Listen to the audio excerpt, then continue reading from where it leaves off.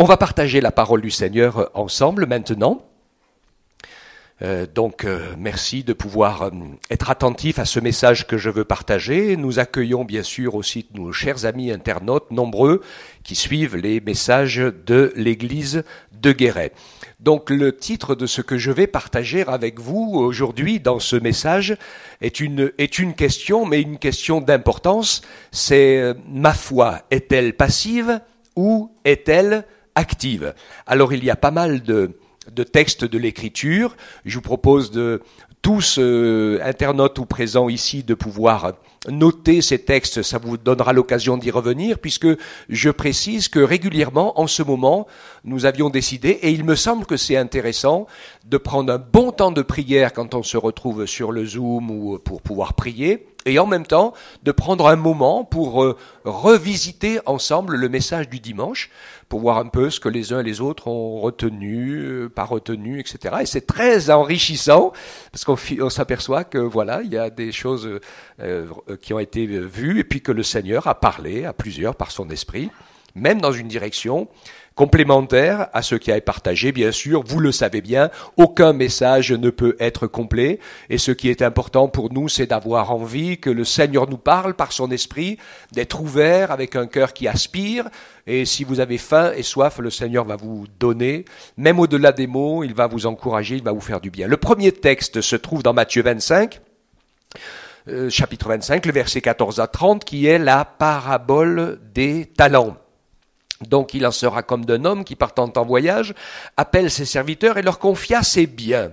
Il donna 5 talents à l'un, 2 à l'autre et 1 au troisième, à chacun selon sa capacité, et partit en voyage. Aussitôt, celui qui avait reçu les 5 talents s'en alla, les fit valoir et en gagna 5 autres. De même, celui qui avait reçu les 2 talents en gagna 2 autres. Et celui qui n'en avait reçu qu'un alla faire un trou dans la terre, cacha l'argent de son maître. Longtemps après, le maître de ses serviteurs revint et leur fit rendre compte. Celui qui avait reçu les 5 talents s'approcha, apporta les 5 autres talents et dit « Seigneur, tu m'avais confié 5 talents, voici 5 autres que j'ai gagnés. » Son maître lui dit « Bien, bon et fidèle serviteur, tu as été fidèle en peu de choses, je t'établirai sur beaucoup. Entre dans la joie de ton maître. » Celui qui avait reçu les 2 talents s'approcha aussi et dit « Seigneur, tu m'avais confié 2 talents, et voici 2 autres que j'ai gagnés. » Son maître lui dit « Bien, bon et fidèle serviteur, tu as été fidèle en peu de choses. Je t'établirai sur beaucoup. Entre dans la joie de ton maître. » Celui qui n'avait reçu qu'un talent s'approcha ensuite et dit « Seigneur, je savais que tu es un homme dur, qui moissonne où tu n'as pas semé, qui récolte où tu n'as pas répandu. J'ai eu peur. Je suis allé cacher ton talent dans la terre. Voici, prends ce qui est à toi. » Son maître lui répondit « Serviteur mauvais et paresseux. Tu savais que je moissonne où je n'ai pas semé, et que je récolte où je n'ai pas répandu. Il te fallait donc placer mon argent chez les banquiers. À mon retour, j'aurais retiré ce qui est à moi avec un intérêt. Ôtez-lui donc le talent, donnez-le à celui qui a les 10 talents. Car on donnera à celui qui a, il sera dans l'abondance, mais à celui qui n'a pas, on ôtera même ce qu'il a.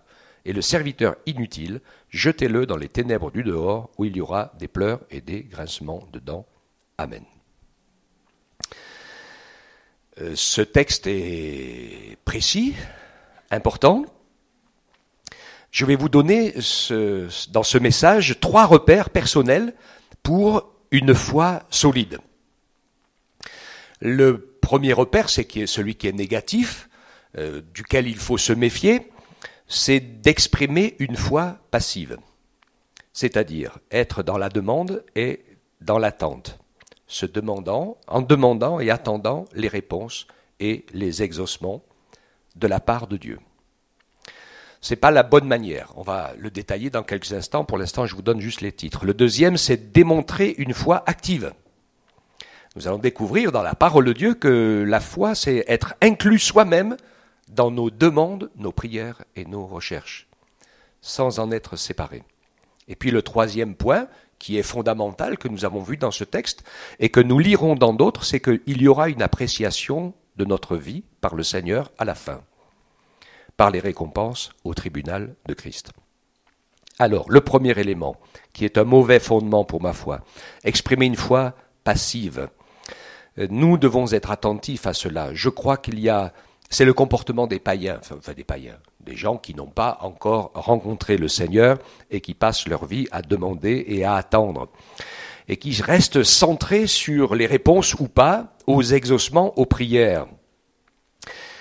Et par expérience, depuis les années que je sers le Seigneur nous entraîne à grandir dans la foi, et je vais dire que finalement ce principe marche bien au début, quand on est tout bébé dans la foi.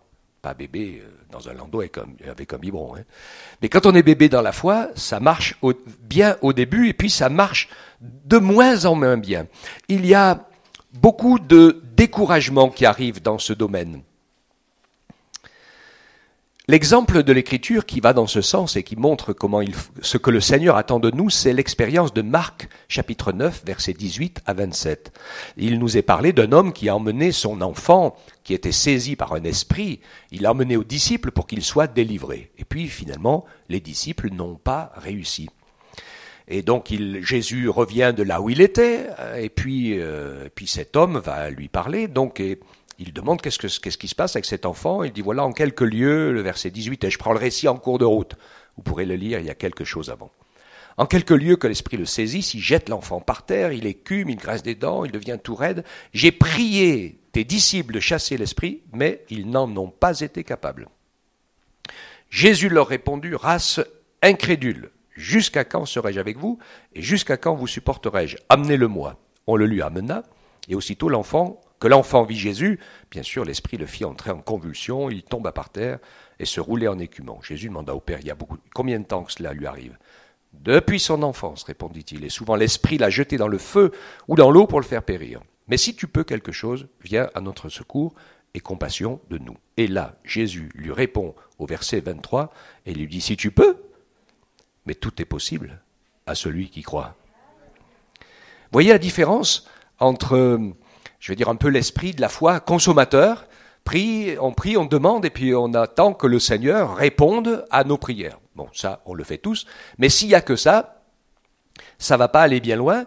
Et ici, dans ce texte, nous voyons que le Seigneur lui dit, mais ta foi à toi, je veux dire, ton engagement dans la prière est aussi important que mon action. D'accord ? Et donc, il y a ici, bien sûr, quelque chose qui est essentiel. Donc, Jésus va bien sûr délivrer cet enfant par sa puissance et par sa grâce. Mais je suis convaincu que quand nous sommes engagés de tout notre cœur dans nos sujets de prière, et on va voir que ici, le sujet de prière, il est tourné vers un besoin qui est tellement vrai, et on le comprend. Il y a tellement de besoins. Nous allons voir que le Seigneur va aussi, petit à petit, nous entraîner vers d'autres sujets de prière qui sont différents. Le fait d'être béni, le fait d'être guéri, le fait d'être exaucé, etc. Puisque sinon, on peut aussi avoir la foi pour que toujours Dieu fasse quelque chose pour nous. Mais c'est pas une foi équilibrée. Donc, le bon fondement pour ma foi, j'ai pris comme sujet, comme texte biblique, Matthieu 14, 28 à 29, quand Jésus arrive vers les disciples en marchant sur l'eau. Et là, c'est une bonne attitude, c'est une très bonne attitude qu'a Pierre. Et voyons Pierre qui lui répond, bien, si c'est toi, Jésus, ordonne-moi d'aller vers toi sur les eaux. Et Jésus lui dit, viens. Et Pierre sortit de la barque, marcha sur les eaux pour aller vers Jésus. Amen. Et je m'arrête là, sans m'arrêter, parce que bien sûr, on s'est tous beaucoup arrêtés sur le fait que Pierre avait faibli dans la foi. C'est facile à dire. Quand on exprime la foi, on fait tous pareil. Il y a un moment où c'est pas évident, on chancelle un peu. Mais en attendant, Pierre, il est quand même devant les autres parce qu'il a exprimé sa foi, il a enjambé le bastingage. Il s'est mouillé, il y est allé, et c'est cela que le Seigneur, bien sûr, attend de chacun d'entre nous, que nous puissions de tout notre cœur être associés à la prière que nous avons à faire, et que cette prière, finalement, eh bien, elle va aller dans une direction qui est la recherche de l'inspiration de l'Esprit Saint. Et là, c'est au-delà de nos prières. Seigneur, j'ai besoin d'un travail, j'ai besoin d'une maison, j'ai besoin d'une voiture, j'ai besoin de pain, j'ai besoin, pourquoi pas, d'une femme, d'un mari, de l'argent, enfin voilà, toutes sortes de nos besoins qui sont des besoins de la terre. Mais on va s'apercevoir, et je terminerai le message, on ira tranquillement dans cette direction, que le Seigneur va nous entraîner dans une foi et dans une prière qui est l'accomplissement de l'œuvre juste des saints. Il y a des choses dans lesquelles le Seigneur va nous entraîner qui on a l'impression qu'elles n'ont pas forcément une grande utilité. Quelle était donc l'utilité pour Abraham ou pour Dieu de demander à Abraham de lui offrir son fils en sacrifice, son unique, celui qu'il a attendu 100 ans pour avoir? Hein? Oui, alors il lui a permis d'exprimer sa foi, tester sa foi, et puis je crois personnellement qu'il y avait, comment on appelle ça? C'est une histoire, c'est une parabole, c'est une réalité de vie qui est complètement messianique. C'est-à-dire que Dieu le Père a partagé avec Abraham son cœur de père qui offrira plus tard son fils unique, Jésus, en sacrifice à la croix pour sauver et pardonner les autres. Et là, il n'y aura pas de substitut, parce que là, il y a eu un agneau en substitut. Mais on découvre qu'il y avait une telle intimité, en fait. Et la foi, on va le comprendre, et la foi, c'est comme Pierre l'exprime, elle est d'égal à égal. C'est Dieu qui demande et c'est moi qui demande. Et puis, c'est Dieu qui a sa volonté. Et je prie pour que la volonté de Dieu s'accomplisse dans ma vie. La Bible entière témoigne de ses bonnes manières de faire. Et Dieu est presque toujours avec nous dans tous les temps, dans toutes les circonstances. Et dans l'Ancien Testament, il y a plein de super histoires qui sont prophétiques, qui annoncent Jésus, ou des choses qui montrent des expériences de la foi incroyables. Vous voyez Daniel dans la fournaise, vous voyez plein d'autres choses. Et puis ceux qui ont tenu ferme aussi dans la persécution et dans les moments difficiles. Des fois, on les voit moins, c'est moins évident. Mais c'est aussi une réalité quand il y avait les temps d'idolâtrie. Quand Élie s'est senti seul et abandonné, il n'y a plus que moi, Seigneur, qui crois en toi. Le Seigneur lui dit, voilà, toi tu crois que tu es tout seul, mais moi j'en connais au moins 3000 déjà.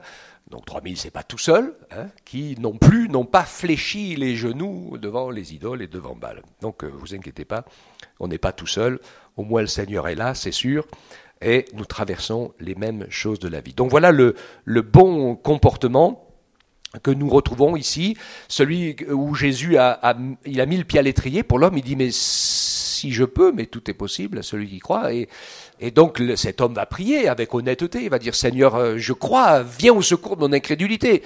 Il ne pouvait pas rester assis en attendant de voir si Dieu était assez puissant pour faire quelque chose pour chacun d'entre eux. Amen. Alors, un élément qui est essentiel pour nous, bien sûr, et qui rejoint tous les textes que nous avons lus, c'est qu'il y aura une appréciation de notre vie par le Seigneur à la fin, avec des récompenses ou pas, au tribunal de Christ. C'est ce que nous allons voir ensemble. Ainsi, dans Romains 14:10, l'apôtre dit, mais toi, pourquoi juges-tu ton frère, ou toi, pourquoi méprises-tu ton frère? Nous comparaîtrons tous devant le tribunal de Christ. Il y a deux textes qui vont dans ce sens-là. Celui des Romains, pour le tribunal de Christ, c'est le premier élément de référence, c'est que le Seigneur va regarder nos relations humaines. Comment nous avons exprimé notre amour, et comment nous avons exprimé notre pardon, ou pas. Parce qu'on sait que les deux sont la clé. Et ce que je veux dire ici est quelque chose, bien sûr, qui est fondamental. Nous nous posons toujours une question. Qu'est-ce que Dieu peut faire pour nous? Il faut se la poser de manière équilibrée. Je vais vous donner la réponse, tout. Mais je vais vous donner une autre réponse, c'est alors pourquoi il ne fait pas tout? Ah, ça c'est bien sûr un peu un mystère. Le Seigneur va permettre que notre foi, comme le disait Jean-Pierre, soit mise à l'épreuve et qu'elle soit fondée sur un amour pour le Seigneur. Donc je reviens à ce que je voulais vous dire, c'était en train de m'échapper. Nous devons savoir que quand nous allons nous retrouver devant Christ, au tribunal de Christ, nous ne pourrons pas dire « l'Église n'était pas assez spirituelle, le pasteur, il n'était pas assez gentil, les circonstances étaient mauvaises, et ceci, et ceci, et cela. » Parce que quand on dit ça, quelque part, c'est qu'on n'est pas très content de Dieu qui exauce pas bien les prières comme on aurait envie qu'il les exauce. Mais comme on n'ose pas le dire à Dieu, parce qu'on dit quand même on ne va pas faire des reproches à Dieu. Alors on le fait à tous ceux qui portent son nom. le reproche. Hein, c'est plus facile. Comme parfois, il faut prier pour Marie-Hélène. C'est pas une position facile d'être la femme du pasteur. Parce qu'il y a beaucoup de gens qui ont des petits trucs qu'ils n'aiment pas trop avec le pasteur, mais comme on ne dit rien au pasteur, parfois on se venge sur sa femme. Donc on a tendance à faire un petit peu les mêmes choses, un petit peu avec Dieu. Mais on peut, soyons honnêtes, soyons forts. Si tu es en désaccord avec Dieu, parle-en avec lui. Hein, et vous aurez une explication tous les deux. Hein. Mais une chose est sûre, c'est que ce n'est jamais le comportement des autres qui va pouvoir être mis en avant pour s'excuser d'un certain nombre de choses qu'on aurait dû faire et qu'on n'a pas fait. D'accord ? Le Seigneur veut que nous puissions, chacun d'entre nous, être fidèles et nous dire « Et toi, qu'est-ce que tu as fait ?» C'est tout. C'est la seule question. Parce que le reste, comment les autres ont fait, il dit « Mais les autres, je vais m'en occuper. » Chacun son tour. Mais toi, tu as fait quoi ? Et finalement, les circonstances compliquées, elles sont là pour nous remettre en question nous-mêmes, pour que nous puissions apprendre, pour que nous puissions grandir, et pour que nous puissions être fortifiés. Donc, relations humaines, amour et pardon, premier élément dont il est fait allusion au tribunal de Christ dans Romains 14,10. 2 Corinthiens 5,10, car il nous faut tous comparaître devant le tribunal de Christ, afin que soit rendu à chacun d'après ce qu'il aura fait dans son corps, soit en bien, soit en mal. Donc, amour, pardon, pour le premier référence, et le deuxième, action. Ce qu'il aura fait, en bien ou en mal. Alors, des fois, on dit « j'ai rien fait de mal ».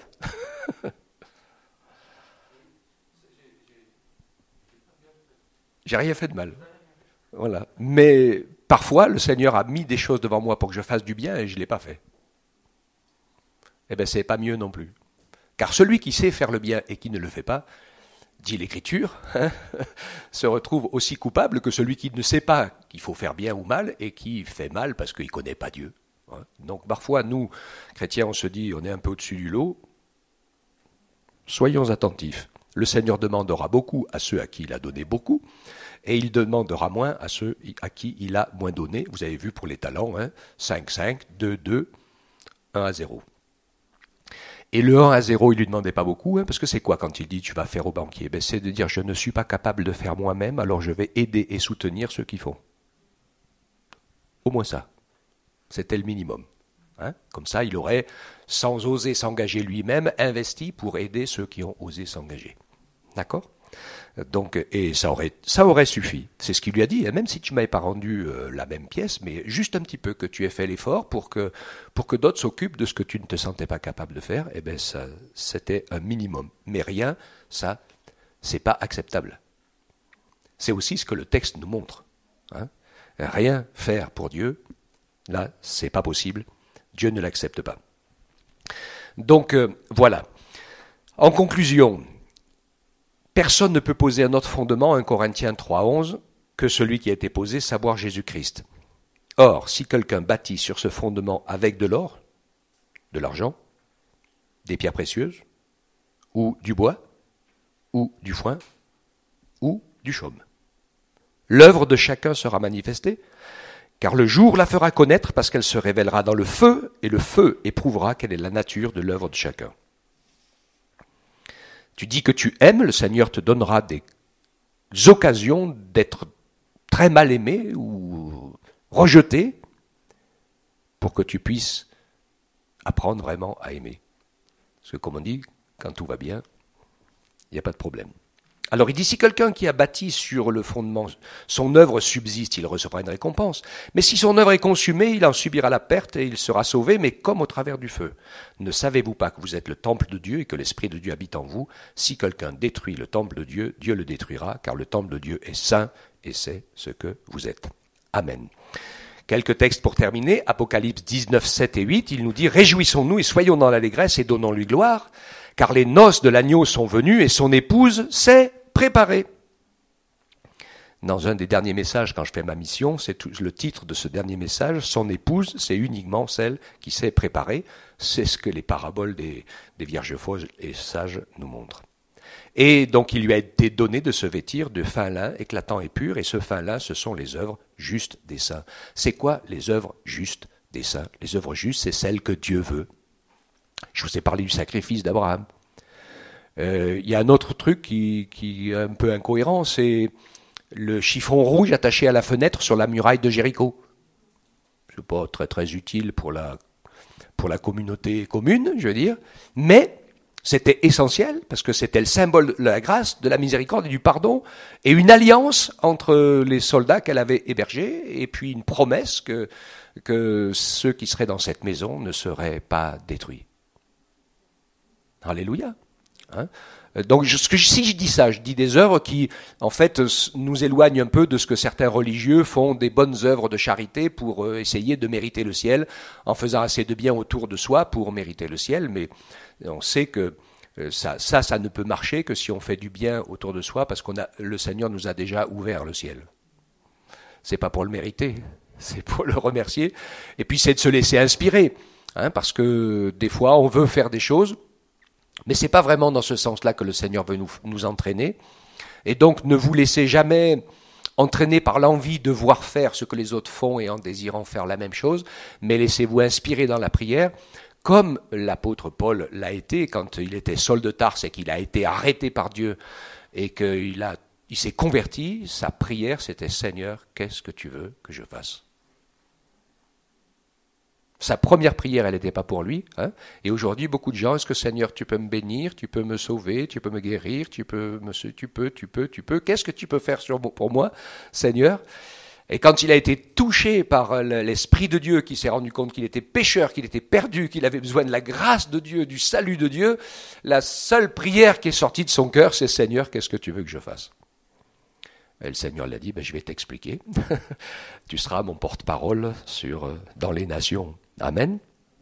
Donc, le Seigneur va nous encourager, tout simplement, ainsi, à pouvoir ne pas nous laisser entraîner dans une foi qui mène dans une impasse, c'est-à-dire de croire, et puis des fois on se force à croire même que le Seigneur va faire des choses qu'il n'a pas forcément décidé de faire, ou pas tout de suite. Alors que finalement, l'autre côté de la foi, c'est d'être associé à la volonté du Seigneur. Si nous prions selon ce que l'Esprit de Dieu veut faire, on sera toujours exaucé. Si nous prions selon nos envies, nos désirs et nos besoins, il y aura des hauts et des bas. Je ne vois pas pourquoi le Seigneur nous donnerait parfois certains exaucements pour des choses qui sont superficielles, alors qu'il y en a d'autres dans le monde qui n'ont même pas le nécessaire pour vivre. Mais je ne fais pas de jugement là-dessus, parce que parfois le Seigneur le donne. C'est un père, hein, s'il sait qu'il peut, il fait comme il veut, c'est lui qui décide. Et des fois, on a vécu des expériences sympathiques où le Seigneur nous a fait une grâce merveilleuse. Amen.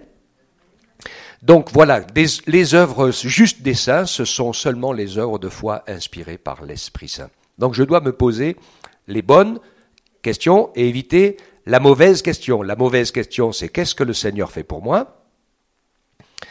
Mais on se demande aussi qu'est-ce que les autres vont faire pour nous, les chrétiens, l'Église, qu'est-ce que les chrétiens, les membres, les anciens font pour moi. Jésus, tes disciples, ils n'ont rien pu faire, alors toi, qu'est-ce que tu peux faire ? Prouve-le, comme on dit. Hein. Non, la bonne question, c'est Acte 9:5, Seigneur, que veux-tu que je fasse pour toi et pour mon prochain ? Si nous cherchons le royaume et la justice de Dieu, Dieu nous donnera tout le reste de ce que nous avons besoin. Alléluia. Après, on peut lui demander, vous savez, il y a des moments, je repense à l'apôtre Paul qui avait donc un souci, alors ça fait couler tellement d'encre que je ne vais pas rentrer dans les détails du souci qu'il avait, mais il y en a qui disent que c'était une maladie des yeux, d'autres que c'était psychologique, enfin peu importe. Il a prié pour que le Seigneur lui enlève l'écharde qu'il avait dans la chair, donc quelque chose qui n'était pas exaucé, et puis le Seigneur lui a dit « Ma grâce te suffit ». Il n'a pas besoin de dire beaucoup de mots, le Seigneur, pour qu'on comprenne tout de suite ce dont il était question. Et le Seigneur lui a dit « Ma grâce te suffit ». Et quand Paul a compris et qu'il donne l'explication, il lui dit « Le Seigneur a permis qu'il y ait un ange de Satan qui me soufflette, que je souffre et que je vois que je ne suis pas au-dessus des autres et que j'ai prié pour des milliers de gens qui ont tous été guéris et moi, là, je suis calé sur un iceberg. Et parce que, Seigneur, je suis comme les autres. » pas différent, pas mieux, pas pire. Et ce qui est fait, c'est toi qui le fais, et c'est pas moi qui le fais, ni personne d'autre. Amen. En attendant, il a été au service, il a été en prison pour l'œuvre de Dieu, et dans cette prison, comme il aimait l'Église, il aimait les frères, il écrivait pour les encourager, pour que la parole soit toujours annoncée, pour que les personnes ne se découragent dans la foi, comme Jean, l'apôtre, dans son île, avec la révélation de l'Apocalypse, et ils ont pu ainsi, par amour pour les autres, sans s'occuper de dire « Seigneur, pourquoi tu me laisses dans la prison ?» Non seulement il est resté, sorti, puis ils ont fini par lui couper la tête. Donc, en attendant, finalement, ce cheminement a fait que ce qu'il voulait dire aux églises, il a été obligé de l'écrire. En étant obligé de l'écrire, on en est tous les bénéficiaires, toutes les églises et les chrétiens du monde entier. On est bénéficiaires de cette souffrance et de cet apparemment non d'exaucement, mais qui était une bénédiction pour tous. La bonne question, donc, Seigneur, qu'est-ce que tu veux que je fasse pour toi ? Pour mon prochain, j'ai fait une petite liste toute simple qui rejoint un peu ce que je disais la semaine dernière dans notre engagement fondamental, essentiel, avant d'être des anciens, avant d'être des diacres, avant d'être en train de bosser pour Dieu dans un ministère particulier, quoi que ce soit, où des gens s'y perdent. Il y avait quelqu'un qui me racontait le témoignage d'un leader de louange dans une église, et ceux qui suivent un peu sur Internet, vous allez découvrir, qui était un gars super consacré, ça faisait des années qu'il faisait ça, et finalement les frères ont dit, comme c'est une grande église, ce serait bien maintenant qu'on puisse prendre quelqu'un d'autre. Tout simplement parce que je pense que, voilà, si on est toujours le même à faire toujours la même chose, au bout d'un moment, c'est bien aussi de prendre quelqu'un d'autre, vous inquiétez pas, ça va arriver bientôt à Guéret. Donc, dans cette réalité, eh bien, ils lui ont dit gentiment, il dit, écoute frère, eh bien, on est super content de tout ce que tu fais, tout ça, mais maintenant il nous semble que, et puis il y avait quelqu'un d'autre qui était bien en place, et qu'on va pouvoir faire une nouvelle saison avec l'Église tout entière. Il a abandonné la louange, il a abandonné l'Église, il a abandonné le Seigneur, il est retourné à la vie, il s'est conduit, et il a vécu comme un païen tout le reste de sa vie. C'est pas le boulot qu'on fait pour Dieu qui nous tient, hein. On est avant tout des disciples. Et les disciples sont... Dieu recherche des adorateurs, des intercesseurs, des témoins, des gens qui ont une vie honorable dans leur corps et dans leurs pensées, puisque nous sommes des temples saints du Seigneur, des proclamateurs, des gens qui exercent la charité, des bâtisseurs, et des assistants, comme diacres et autres, qui sont parfois les plus nombreux, et dont on ne peut pas faire avancer le schmilblick si on ne les a pas. Et comme je disais parfois, il vaut mieux être un super bon deuxième qu'un mauvais premier. Donc n'aspirons pas à ceux qui étaient élevés, nous dit l'Écriture, mais soyons à notre place. Ce que Dieu veut, c'est que nous soyons fidèles, engagés et éprouvés. Tous, chacun d'entre nous, sommes résolument nécessaires à l'œuvre de Dieu, indispensables, jamais irremplaçables, parce que le jour où on n'est plus là, on trouve quelqu'un d'autre. Hein. Comme disait quelqu'un un jour, les cimetières sont remplis de gens irremplaçables. Mais on les a tous remplacés. Hein. Donc c'est essentiel, mais voilà, on est là pour quelque chose dans le temps de Dieu, dans la saison de Dieu. Faisons-le de tout notre cœur avec joie, parce que notre appel premier, notre ministère premier, c'est d'être un disciple de Christ. Ça, c'est essentiel, c'est fondamental, c'est la réalité. Bâtir sa propre vie avec de l'or, c'est la foi, de l'argent, c'est le rachat, la grâce et la miséricorde, et les pierres précieuses, ce sont les œuvres que nous pouvons accomplir. C'est pas mon propos de ce matin, mais c'est une réalité ici. Que Dieu puisse nous bénir les uns les autres. Attention à une foi de consommateur, égocentriste. Allons vers une foi participative pour l'exaucement, et aussi participative dans le sens de dire Seigneur, eh bien, je veux te servir. On sait qu'on en est tous indignes, comme disait Mustapha ce matin pour la louange et l'adoration, mais le fait de venir et d'adorer Dieu, c'est fondamental, c'est indispensable, de lui rendre gloire, de dire que ce que Dieu a fait pour nous, c'est la base de toute chose. Et après, le reste au-dessus, ce ne sont que des détails. L'objectif de notre vie, c'est qu'elle bénisse et encourage ceux qui sont autour de nous. On se rappelle ce que disait Céline tout à l'heure, pour les enfants, pour les jeunes, qui sont encouragés. Puis encourageons-nous aussi les uns les autres. Et puis que le Seigneur soit glorifié et qu'il nous permette ainsi de rester sur le rocher, Jésus, une base solide, et de ne pas nous... Parce qu'on construit les fleurs, les toitures, les portes et les fenêtres, mais sans avoir les fondations. Donc, occupons-nous des fondations, et puis le Seigneur va nous utiliser pour tout le reste. Amen. On te bénit ensemble, Seigneur. Ton amour est incroyable.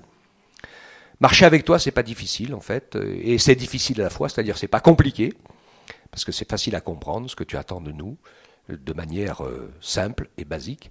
Donne-nous ton aide et ton esprit et ton assistance, parce qu'on n'arrive pas toujours à le faire. Parfois, on voudrait y arriver, et c'est compliqué.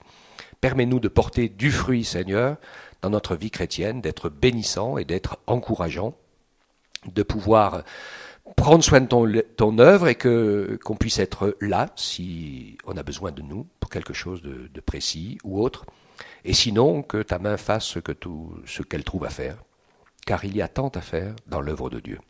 Merci de ton encouragement, merci d'être à nos côtés, et merci de nous donner la fierté et la joie et le bonheur d'être disciples fidèles, qui, le jour où on va se retrouver devant toi, eh bien, nous aurons fait vraiment de notre mieux avec l'aide de ton esprit, n'ayant pas les regards fixés sur nous-mêmes de manière égocentrique, mais que nos yeux soient fixés sur toi, sur ce que tu veux, et que nous nous laissions entraîner par le chemin et le courant de ton esprit dans les choses que tu veux faire. Que ton nom soit béni, Père.